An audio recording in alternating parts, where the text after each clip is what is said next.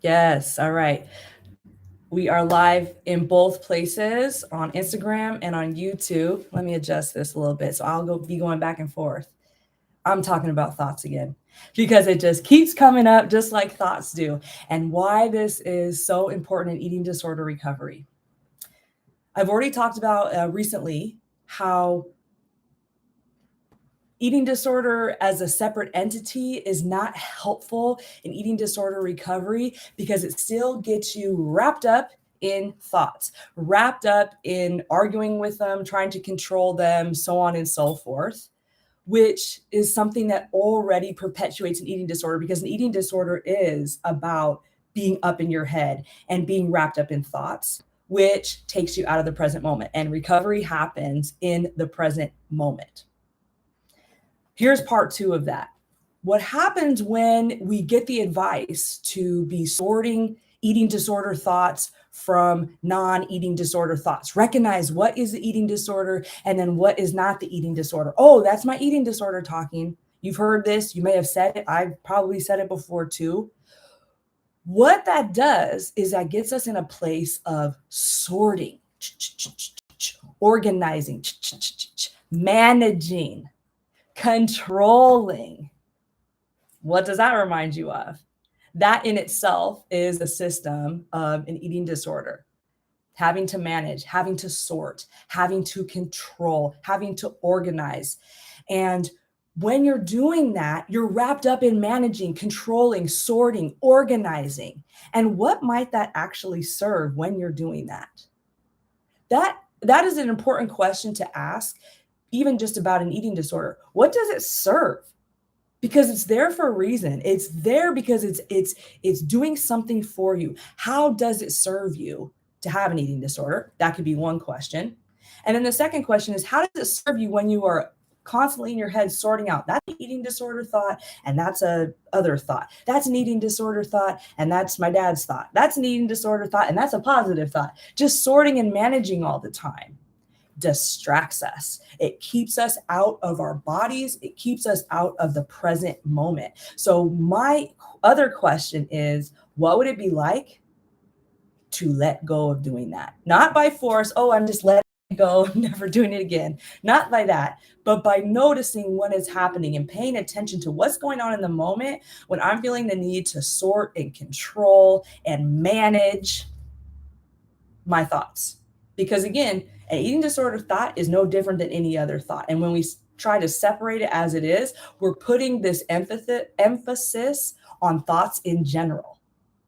And we're elevating them as this really important thing that we have to control, manage, and sort in order for us to recover. And that is something that I wholeheartedly disagree with. Because whether it's a thought that's related to disordered eating behaviors, or it's another thought, anytime we get wrapped up in them, we are taking ourselves out of the present moment and we're taking ourselves out of our body. And to recover from an eating disorder, there needs to be contact with the present moment and there needs to be contact with our body. Why? Because in the present moment, we are going to receive wisdom. That's all there is. And where are we going to receive the wisdom from? Our body. And so when you're up sorting, controlling, and managing thoughts, you're taking yourself out of this place of receiving wisdom, receiving guidance, being able to respond when things go awry, being able to respond when things are going the way that you want them to go. Because in life, there's always going to be both. Things are going to go the way we want and things are going to go opposite ways. And I noticed what was interesting this weekend when I was working at my part-time job.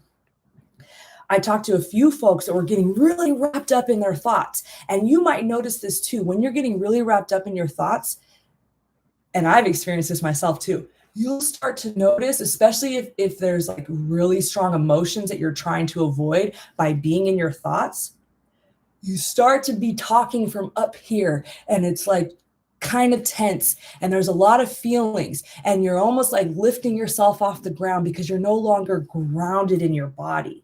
You can't breathe. You're not getting a breath in. When you allow yourself to take that deep breath and get back into your body, what you're doing is you're taking yourself out of your head and your thoughts, and you're no longer trying to fight whatever feelings are coming up in your body by fighting them or avoiding them. And so you can even notice when you're doing that yourself or when someone else is doing it, that you'll be up here, barely able to speak, strong emotions trying to break through, but you don't want to feel them. And then when you take a breath and allow yourself to feel them, you get grounded, you come back down, you get in your body. And it may bring up discomfort. It may be very uncomfortable. You might feel sadness, you might feel grief, you might feel anger, you might feel anxiety, you might feel shock or disgust. I don't know what it would be. Every moment is different.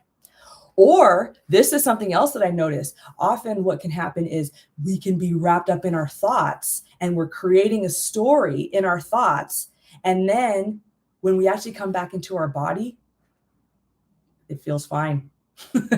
There's actually nothing that's actually bothering us, but we are just wrapped up in a story. So this can go either way. And that's why sorting thoughts into what's eating disorder thought, what is a normal thought, what's a positive thought, what's a negative thought, is just that. It's just taking you out of the present moment, bringing you into your head and taking you away from the wisdom of your body. And the wisdom of your body is what helps with eating disorder recovery. And then what's also interesting about this is that when we're up in our heads sorting out what's an eating disorder thought, what's a not an eating disorder thought, oh, that's my eating disorder, oh, that's not my eating disorder. When we're doing this sorting, this managing, this controlling, it is keeping us busy, it's keeping us distracted. And it's also mirroring something else. It's mirroring bureaucracy. And what I mean by that is we all know what bureaucracy is. If you ever just had a job or interacted with institutions and governments, there's always a lot of paperwork, a lot of forms, a lot of processes. It takes so much time. It's stressful. And even me, I'm like, get anxious thinking about it. And so and these are also systems of power and control. And so when we're also in our head sorting, managing, controlling, we're mirroring these systems of bureaucracy, of control. And those systems perpetuate eating disorders. If we go back to what I have understood as the beginning of fat phobia and discrimination against fat people in the United States, it has its links to the transatlantic slave trade. So we have to understand these massive systems of power and control still alive today. When we look at capitalism, we look at exploitation of workers, when we look at racism and white supremacy, when we look at patriarchy, misogyny, sexism, we look at transphobia, when we look at ableism, there's so many. So, hi. So when we're looking at these systems and we are not noticing that we also perpetuate these systems by being up in our head and trying to sort out what's an eating disorder thought, what's not an eating disorder thought, got to get rid of this thought and got to keep this one, we are reenacting that bureaucracy that we have internalized from our environment. And so breaking free and liberating yourself from an eating disorder is allowing it to be there, the thoughts to come and go without sorting, managing, controlling, and getting wrapped up in them. What would it be like? You may even be able to imagine recovery from an eating disorder or not using behaviors, but the thought of not controlling and not managing can bring up fear. Because what would it be like to not have to sort, manage, and control, to just let it be? To let it come and let it go and pay attention to what is the wisdom coming up in your body and what is it telling you, and to listen to it and to respond to it instead of being up here managing and controlling. So those are my thoughts right now as far as sorting and managing and controlling eating disorder thoughts from non-eating disorder thoughts. It's a waste of time, it's a waste of energy, and it doesn't lead to a full liberation from eating disorders because it perpetuates systems that create eating disorders in the first place. And if you are looking for your own recovery from an eating disorder, your own liberation, you want to break free from the constant energy suck and consumption of your life that an eating disorder is, then part of that will be allowing things to flow as they are. And this doesn't happen just one swoop. This happens over time. This is a difficult process because it requires breaking away from systems that are very, very powerful and very, very strong. And so, again, just like any process of eating disorder recovery, it's going to be about paying attention and just noticing what's going on right now. Why am I feeling the need to sort out these thoughts, to manage these thoughts? Okay, I'm managing my thoughts. Wonder what's going on. What would happen if I come into my body and I just notice what I'm feeling right now? It's okay that I was managing. It's okay that I was sorting. It's okay that I believe an eating disorder is a separate entity that has attacked me. Let me just pay attention to it. Let me just notice it. Self-compassion, self-kindness. And allowing what is in your body to be there at the same time. Because most likely, if you are up here sorting, managing, controlling, trying to block the eating disorder, something's going on in your body that you don't want to feel. And that could even be that you feel joy and you're not willing to feel it because it's not going along with the story. So it could really be anything. And that's why this is unconditional work. That's why controlling eating disorder thoughts and positive thoughts and negative thoughts and whatever thoughts is conditional. And eating disorder recovery is based on unconditional self-compassion, unconditional allowing of whatever thoughts to come and go, unconditional allowing of whatever feelings to come and go. And when we start sorting, now we're putting in conditions. And conditions do not allow for the fullness of your authenticity, of your being. Something that I thought of was the quote, not seeing the forest for the trees. We're getting caught up on single trees, and trees are beautiful. Pay attention and get caught up in one. That's wonderful.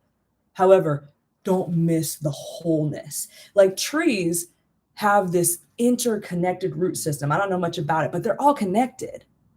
And they communicate with each other in this massive root system. And when one gets an injury, the other trees can send it nutrients and whatever else they send it. I don't know, communication. I don't know. I need to learn more about this.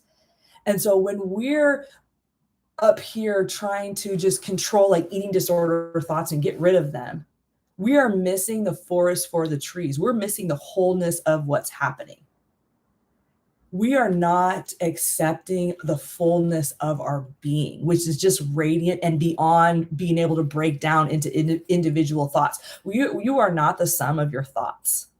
You are so much bigger, so much greater than that. Thoughts are just like pieces of matter coming by, and yet we get so caught up in them. And that's also part of being in a society that pushes analyzing and analytics as being the most important. That is a important thing to do, but it's not the number one thing. It shouldn't take over any other parts of our lives or of our experiencing the world. Intuition can also be a part of experiencing the world and can carry just as much weight as analytics.